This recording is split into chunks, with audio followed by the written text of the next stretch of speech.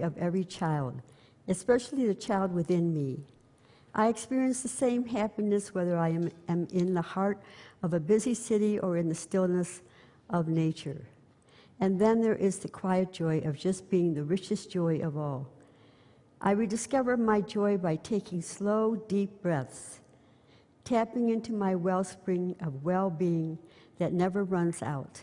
I feel its energetic flow spilling over into my heart and life. What joy to be a spiritual being, a precious child of God. So let's do a call and response chant.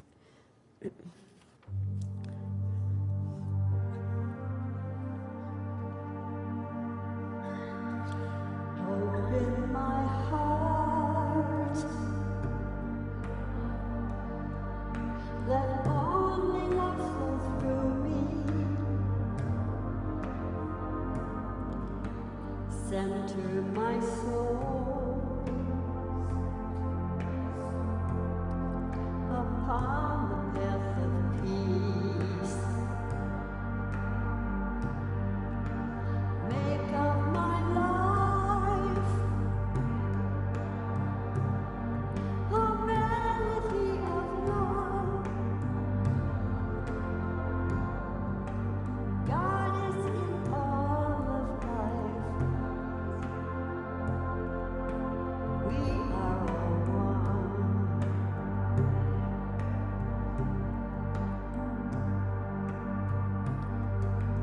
Open my mind. Let kindness flow through me. Centered in love, a love with no end. Make of my life a melody of love. God is in all of life. We are one.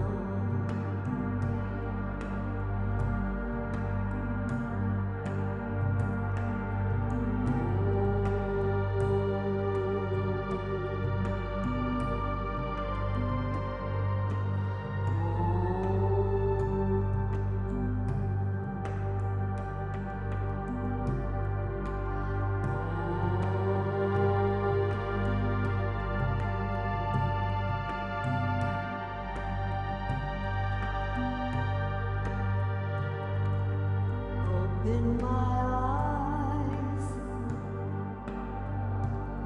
to see love before me.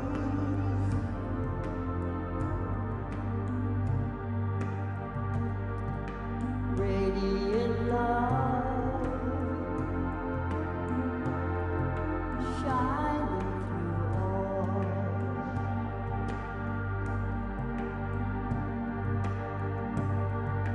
Make of my life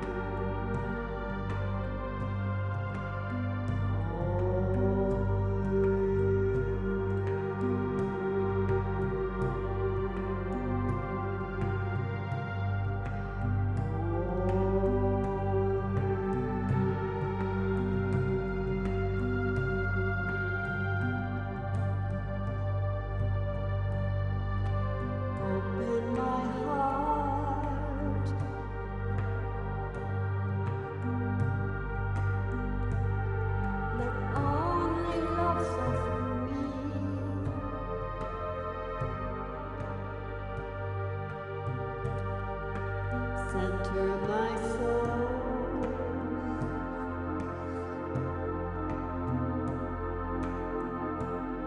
upon the path of peace.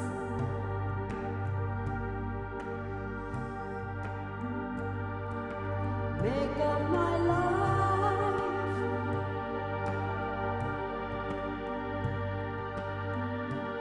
a melody of love.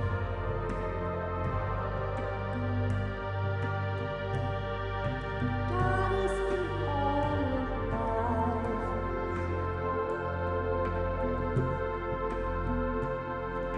We are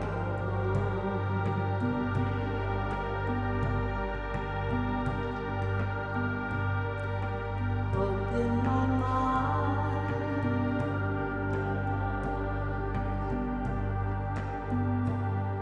Let kindness flow through me.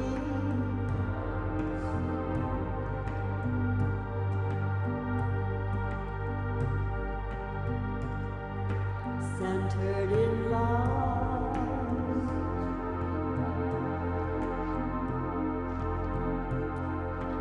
love with no end.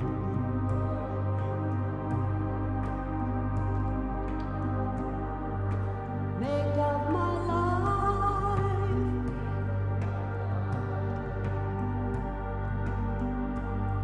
a melody of love.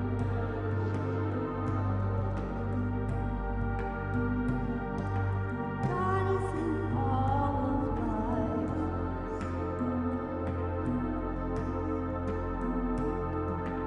We are one.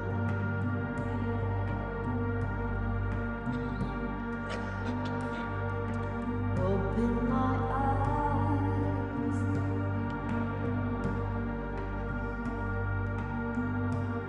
to see love before me.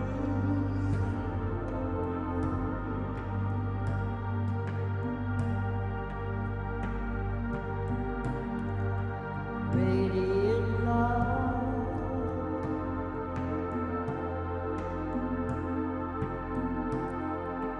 shining through all.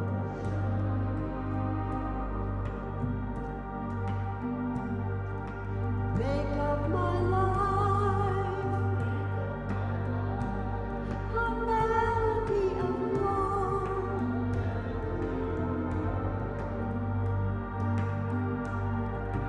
God is in all of life.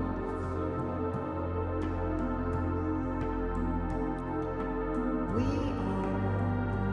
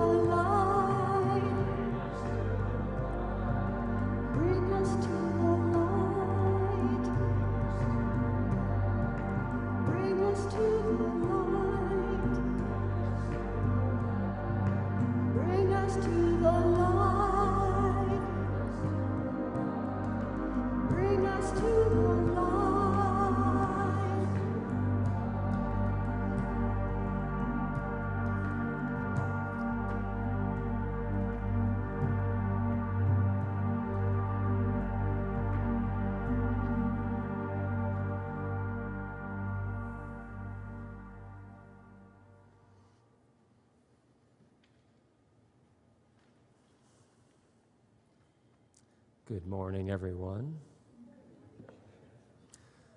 It's weird. It feels like a Wednesday meditation. I feel sleepy. Well, in my meditation this morning, I was sitting in the question of what to speak about this Sunday, and what came forth for this service might be a little bit awkward, but I'm going to roll with it anyway.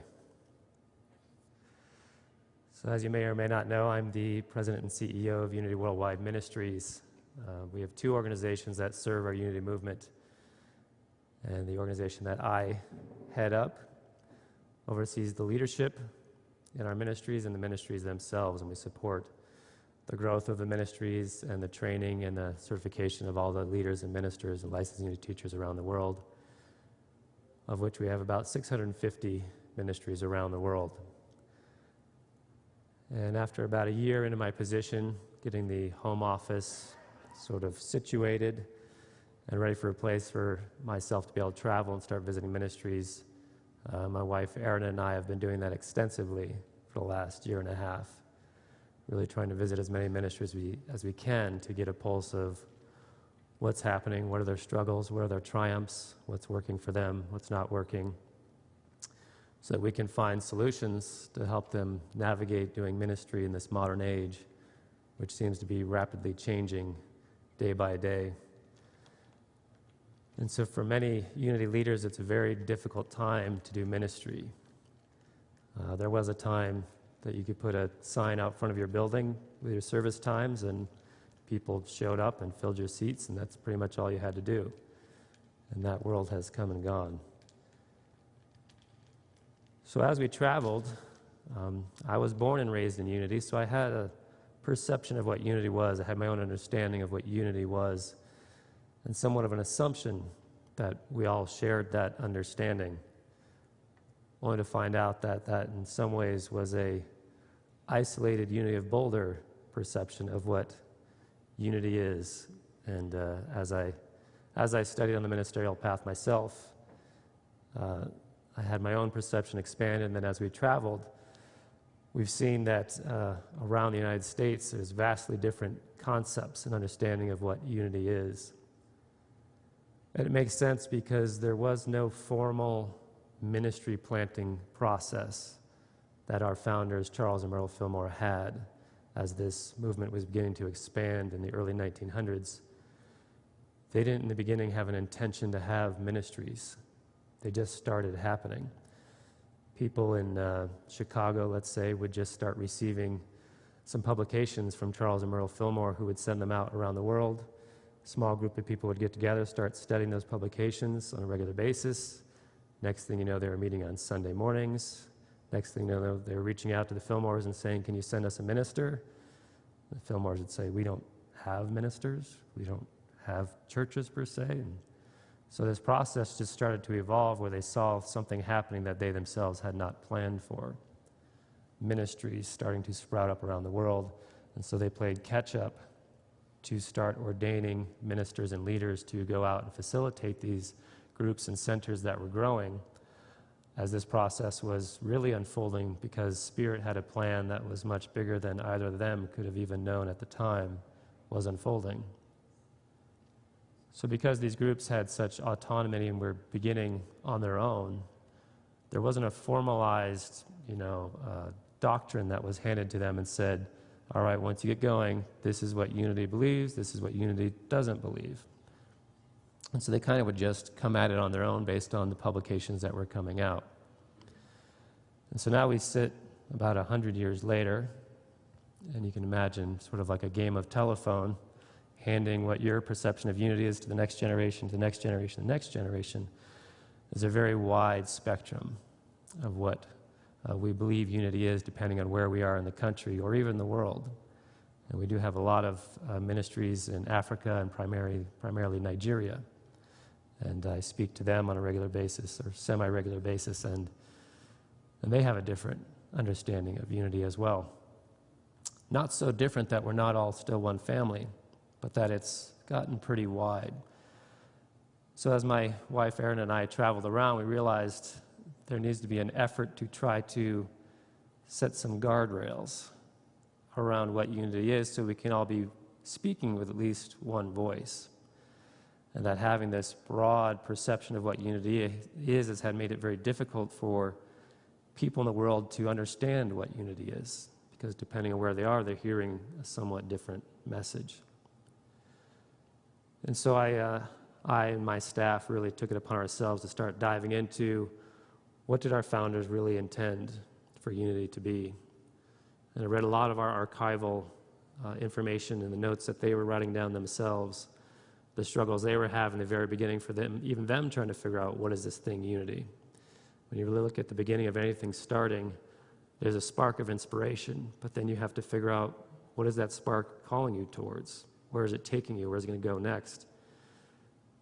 And you know, if you've ever been in that situation, it doesn't necessarily just lay out a roadmap and say, here you go. It's kind of just as doors open, you go through and you journey and expand and you understand.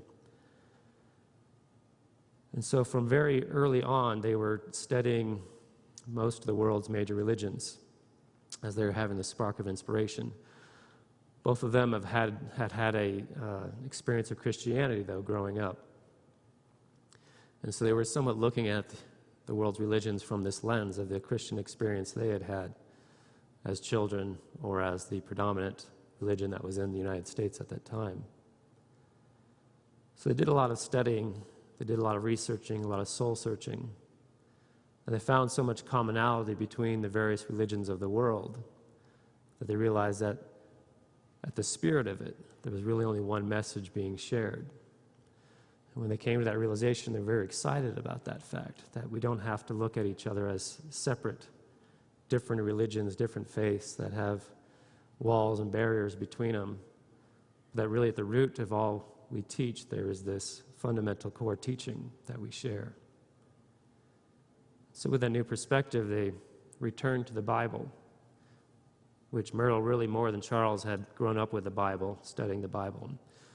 And they both returned to it and really found something deeper in the Bible they never had read before, coming with this new lens of Eastern philosophies and native philosophies, native cultures from around the world.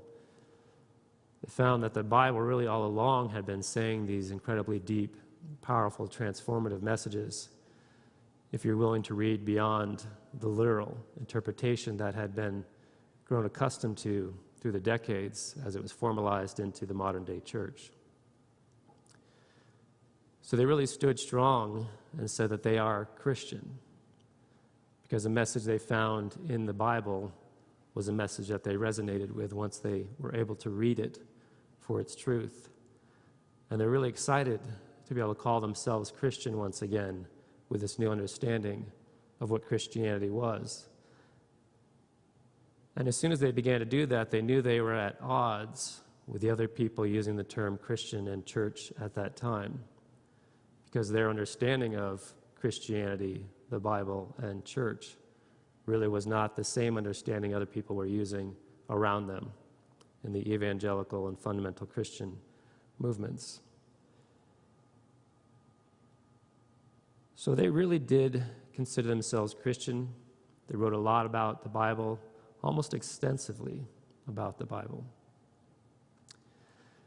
And so as my wife and I really were coming to that realization, getting in touch with that process, I myself really diving back into the Bible, getting in touch with that process, trying to deal with my own interpretations of what I thought the Bible was and was not.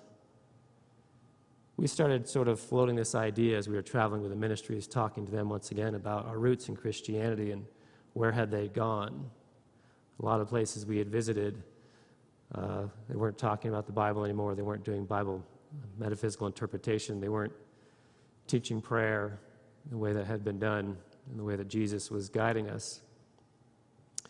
And we found that there was a misunderstanding, really, that had been lost through the 100 years of what our founders had discovered. This really incredible, deeper, powerful message in the Bible that in some ways had been lost. I don't want to say lost. I want to say had been interpreted in one direction, which had become evangelical and fundamental Christianity. But the Fillmores themselves, the version they had found in the Bible really was some of the original forms of Christianity that were coming out just after Jesus died. When we look back at the very first Christians and how they were seeing the message of Jesus, they did include reincarnation in their belief. That was very much their understanding of what Jesus was saying, as well as the Old Testament. And it was really the Romans at the time that came in and tried to say, well, this is what Jesus was saying, this is not what Jesus was saying, and they sort of formalized this process into the religion that came fundamentalism over time. But our founders were looking back to, well, what was really the understanding of Christianity right after Jesus? Those that were closest to him, those that really understood what he was saying, those that were saying, you know what, let's carry this through time. Their voices were silenced very quickly in a few hundred years following his deaths. And in many ways, they were ostracized and they were pushed to the outliers so that this more common version of the Roman Catholic Church and evangelical Christianity would have a more prominent voice. So as we travel around, we recognize that throughout our movement, in many ways, in the members and congregants that were attending our churches and centers and the leadership themselves, we discovered that what we're now calling, there was Christian trauma or a Christian shadow that people were carrying around from an experience of their childhood in Christianity. So it might have been a painful experience they had growing up in Christianity in whichever some way, shape, or form. A lot of times it was in women because we know that the fundamental interpretation of Christianity is very male-centric. It would also be in our LGBTQ brothers and sisters as they were ostracized in some of these churches, and not all. I don't like to get into a path of shaming Christianity because there's so many beautiful, amazing Christians out there doing beautiful, amazing things. And we're quick to shame others that we think are different than us. And in fact, some of the most spiritual people on the planet today, I would argue, are Christians, as well as Hindus and everyone else, and Buddhists, but Christians as well, in the fundamental and evangelical paths. But we had this different interpretation, and we found that those growing up in Christianity, when they had a soured experience, some of it sometimes very traumatic, some of it just the message didn't resonate with them, they left and they came to Unity. But they had never addressed that pain body that sits inside them. And I don't know if that's a term you guys are used to, a pain body, just a painful experience that sits in your body that might be deep enough that it's affecting your life and you've never actually taken the time to address it. You may not even know it's there. It's affecting your life. You may not know it's there. But you're triggered by things because of this pain body that still sits deep in your consciousness or actually physically in your body somewhere. So a lot of people in Unity were triggered by Christian words, Christian ideology, even the name Jesus, the Bible itself. Triggered by this because we had not addressed this pain body that we had collectively in our movement around the teachings of the Bible. And what that had done over time was actually pushed our founders out of the movement because they themselves saw themselves as Christians. They spoke extensively about the Bible and metaphysically interpreting the Bible because we had this pain body around Christianity and they had this very Christian verbology they were using. We sort of started stepping away from them and the teachings that they shared. And in that process, it became hard to recognize what Unity is today. Because as we pushed them out, we distanced ourselves from them. Each individual church or center went off in their sort of own direction after that point, which probably really began after the moment they passed away, Charles in the 40s and Myrtle's in the 30s.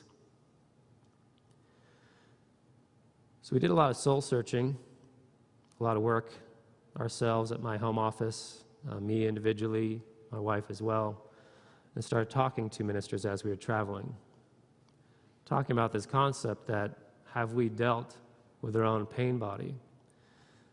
Another fascinating thing we found was that young people, newer generations that did not grow up in the Christian church, did not have any experience of Christianity really whatsoever except what they had heard through social media and the media, also had a Christian pain body. Because quite often the only thing that makes it into the media is the latest pastor that was laundering funds through a ministry or had inappropriate relations with a congregant. These are the things that make the news, even though thousands and thousands of others, leaders in churches were doing amazing things in service and outreach and healing people's lives. All the young people were healing on social media, and the media was those few instances of wrongdoing or someone not taking their own life to task and acting out on others. And so now this new generation came up also with this Christian pain body, this Christian shadow in their life, and they really didn't know where it came from because they may never even stepped into a church. But it was subconsciously coming in through the media and planting this idea. So now they even have this aversion, this reaction to it, and they may not even necessarily know why because they've made this vast judgment that all pastors are money launderers and this, that, and the other thing, and they're corrupt. And so sitting with that, I remember it was probably a couple years ago, I was sitting there thinking about just this incredible man, Jesus, that walked this planet, and the incredible, beautiful things that this soul did, being able to unfold this Christ nature within himself that was scarcely seen by anyone on the planet at that time except by other great gurus and masters, unfolding this Christ nature within him to the place that he was working miracles that yet again were almost unseen on this planet because of his spiritual prowess and ability. And here you have this incredibly beautiful, enlightened being that shared this incredible message with humanity, with every intention that it would transform the way we live our lives, heal the planet, and bring us to a new way of living in connection with God. And here we are 2,000 years later, and people have an aversion to just hearing the name of this beautiful individual. And that just so hurt me inside. I think that this beloved master, people's skin and crawl when they hear that name today because of all the disinformation that has been attached to this beautiful soul. You can imagine, if people heard the word Buddha today and they'd go, I can't stand that. He's the worst. And that's really what's happened to Jesus and the Christ that unfolded in Jesus. And so it really felt like there was a time, it is time to right the wrongs that have been done. This sort of disinformation, slander campaign that's happened for 2,000 years around the message and the beautiful human being unfoldment that happened that we could be celebrating, but in so many ways has been shamed and discolored. That who better to do that than Unity? To really recognize our deep, powerful, what the Fillmores would call primal Christian roots, which they'd use that word to refer to the very absolutely beginning of Christianity as Jesus was teaching it and as the people around him were experiencing it and practicing it. And also simultaneously recognizing that the people who wrote the Bible were real, flawed individuals that did the absolute best they could to share this message through time, but couldn't help but write into their writings some of their own human flaws, which in a way makes it even that much more beautiful because you get to see how real that moment in time was. That these were regular human beings trying to capture on paper this experience they just had with this beautiful, enlightened master. But yet even they can't quite get it Am I the only one that sees something so beautiful in that? So real? They were trying to get to us this message that this beautiful master portrayed. And they're trying to get it onto paper, but even some of themselves is still slipping through the part of them that can't get it. So that is why our founders, Charles and Myrtle, really focused on interpreting the Bible. Because unlike others at that time, they weren't saying this is the unflawed Word of God. They were saying these were real human beings doing their absolute best to get this message to us 2,000 years later, but they couldn't help but occasionally have their own flaws slip through into what they were writing. So they did metaphysical Bible interpretation. And meta has become a pretty popular word today, often referring to an alternate virtual universe. But meta just really means beyond. So metaphysical is beyond the physical. So they were interpreting the Bible beyond just the physical written words on the page, but really looking into what was the heart and soul of the message that they were trying to portray to us today, that Jesus actually spoke when he was standing on the mount or on the Sea of Galilee or wherever he might be. And then we found that there you find the truth that transcends all time, to the power of metaphysical Bible interpretation, which we in Unity today are one of the only few organizations on the planet that actually do that and have the tools to do that. And we have a metaphysical Bible dictionary that actually helps us do that process, that gives you the metaphysical interpretations of every single name, place, and thing that was happening in the Bible to help you to see through the physical story on the pages, which was only ever there to transfer a deeper message to us through time that wouldn't be lost through the flaws of the individual trying to write it down, but that we could see through those to the underlying truth that came throughout the Old Testament and the New. And the real, true metaphysician is someone that recognizes there's something beyond just the physical in this experience. It's not just me in this body, but that there is something deeper, there's something beyond going on here. And that sort of brings us full circle to the Christ within. That Christ wasn't Jesus' last name, but Christ was the spark of God that Jesus spent years of his life studying and practicing to unfold into its complete expression until he became Christ Jesus, where the Christ of himself was more than the physicality that was left. And it was a practice that brought this about. And there are various interpretations of what happened when he vanished from age 14 to 30-ish. But he comes back, basically an enlightened master, so one can assume he was practicing his craft. He was working to unfold this Christ within through prayer, meditation, fasting, all these incredible tools that we know very well today to be a part of our spiritual path. So there's an amazing thing happening in Unity today. One, a beginning to try to heal the Christian trauma and the Christian shadow that many of us carry with us, and that many of us might even just be hearing about for the first time as we sit in this room today, but perhaps are thinking back on and realizing it's been there all along. And that has been a very common experience as we start to talk more about this and we travel, and we start to put together classes and group work that help people address this trauma that sits inside, so that we once again feel okay with reconnecting our roots with our founders who really saw themselves as Christians that were here to heal the planet, to see everyone truly as one, and to do a work that authentically unfolds the individual to realize their own Christ within, that there's not just an outside entity that they have to appease, but that their path is to unfold this Christ nature within them.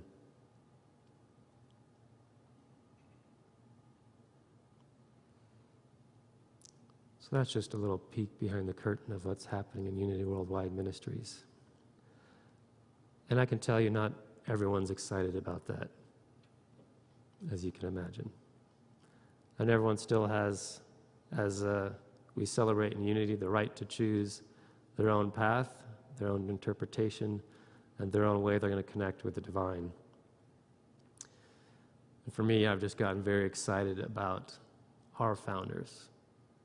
And the more I've read about them, the incredible, beautiful human beings they were, and how excited I am to bring them back in touch with the Unity we know today, and the direction and the path they had for us.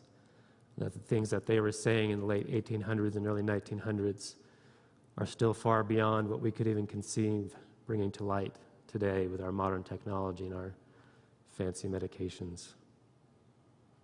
They were true avatars, inspired by one of the greatest avatars. So today we're going to do some of that practice, that spiritual practice, no matter what you call it and how you relate to it. The unfolding of that divine and that divinity and that spark of divinity within us, which, as our co-founders Charles and Myrtle would speak to often, really requires a dedicated practice. No matter what calls to you, no matter what you resonate with, it really does require that daily spiritual practice.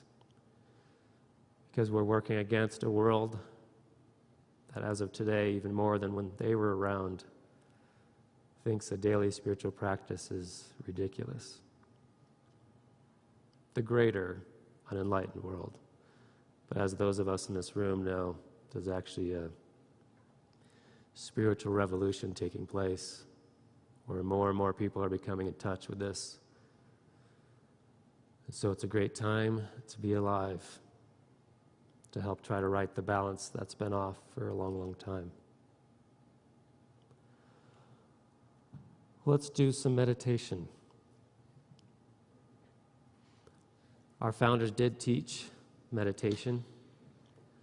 They referred to it as the silence, taking time to go into the silence, to allow all the distractions of the world to melt away, to actually get back in touch with what's happening within, in that place of the silence. So I invite you to find a position that you can sit comfortably in if you have not done so yet, with the spine straight, if possible. If you're comfortable allowing the eyes to close.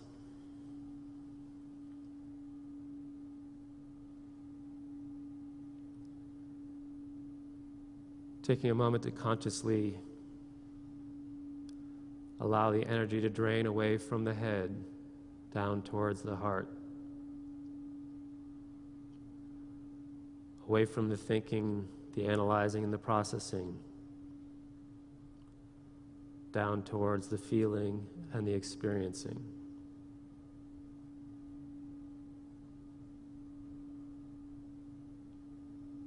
Whatever interactions you had or things you had to do to get here this morning, we allow those to melt away as we make this journey down the back of the neck, to the back of the heart.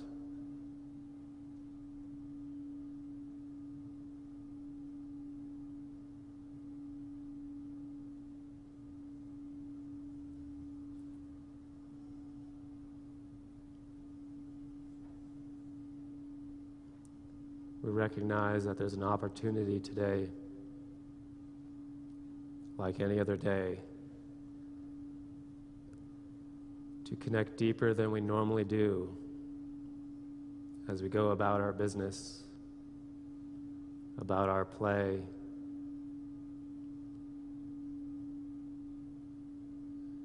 There's an opportunity to connect.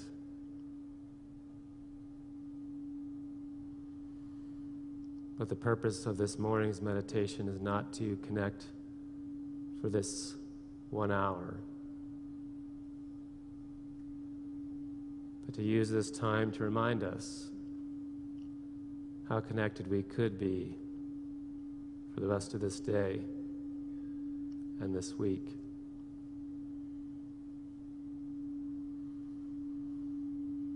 And so we breathe into this heart center, the center of feeling and knowing beyond knowing.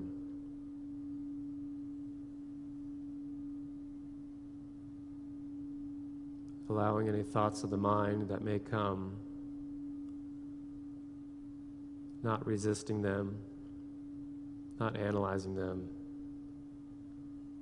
just observing them as they trickle down the back of the neck, bringing the attention back down towards the heart, center of the breath.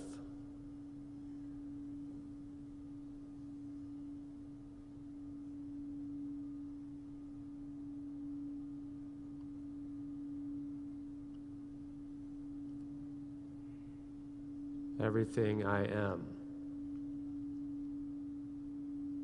is present in this moment.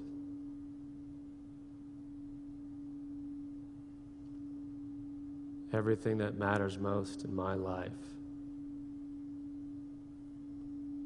is present in this moment.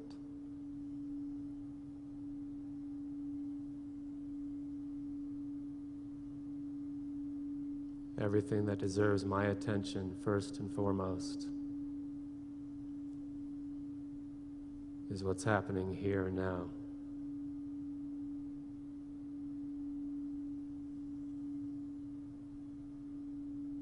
Whatever has grabbed my attention, my concern, before I stepped into this space today, pales in comparison to the importance of this moment.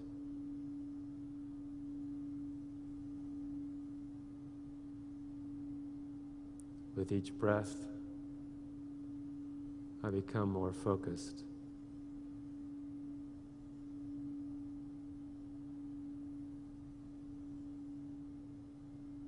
With each exhale, I release more of the distractions.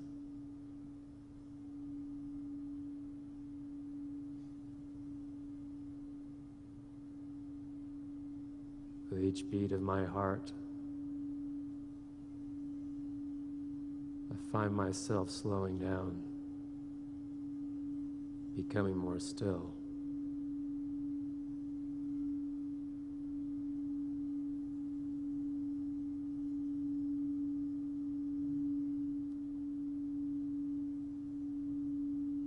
I allow myself to begin to let go, to release, to forgive,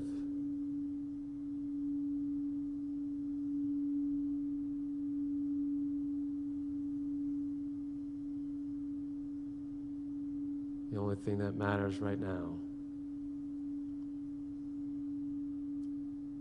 is my wholeness, my peace, my stillness.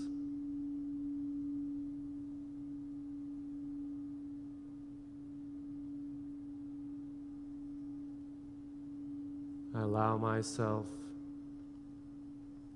to drop into the silence,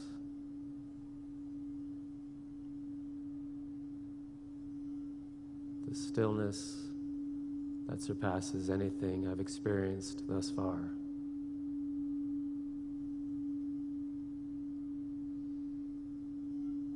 I allow myself to just melt into it, allowing my body to relax into it,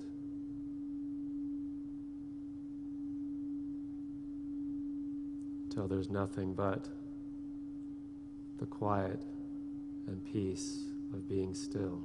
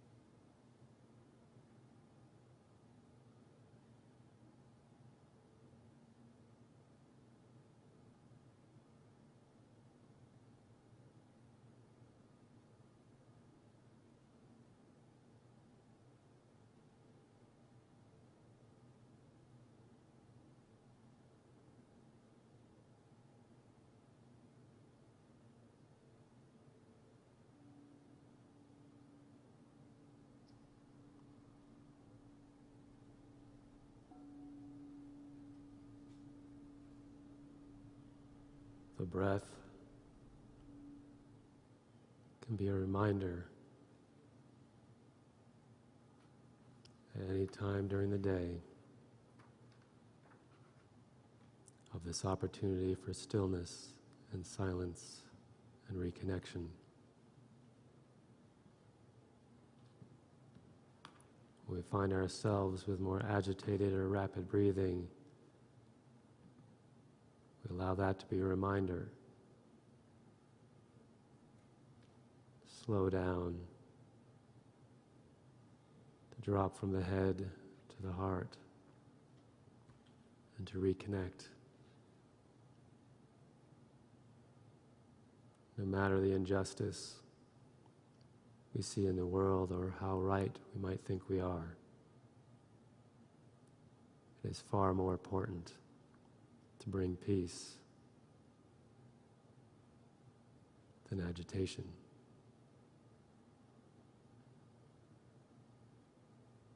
So for the rest of this week, we use the breath as a signal to us to slow down, drop from the head to the heart, and reconnect.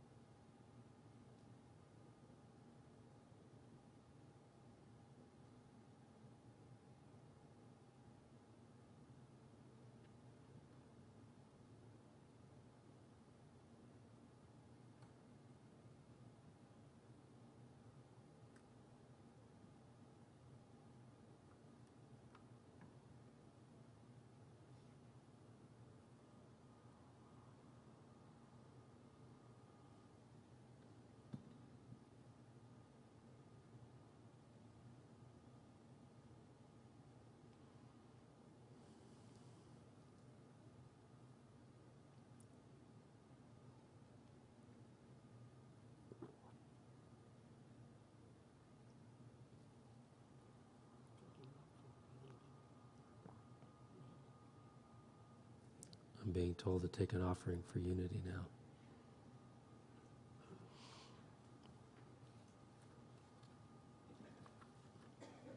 The person who runs my cue cards quit last night. We have those of you watching on live stream, we have all of these ways that you can donate to Unity of Boulder. And we will have that discussion group in Fellowship Hall, in the dance floor area, following the talk. Anything you want to bring up about the talk we heard today, or anything about Unity. So as we take our offerings in our hands, bring to mind the ideals. Let's bless them with this offering prayer. Divine love, through me, blesses and multiplies all that I have, all that I give, and all that I receive, because I give.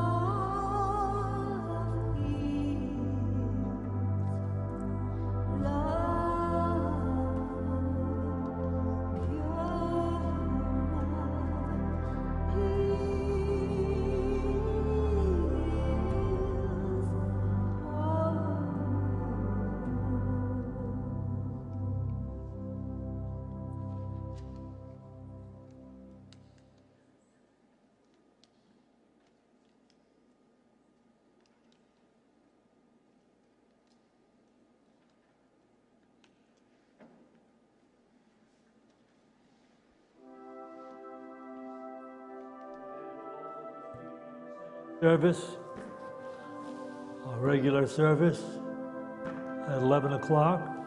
We have refreshments in Fellowship Hall. So if you go through these doors to your right, you can have some refreshments, and if you want to take and participate, you can sit down in the discussion group and share in the discussion with Shad and myself. Have a beautiful day.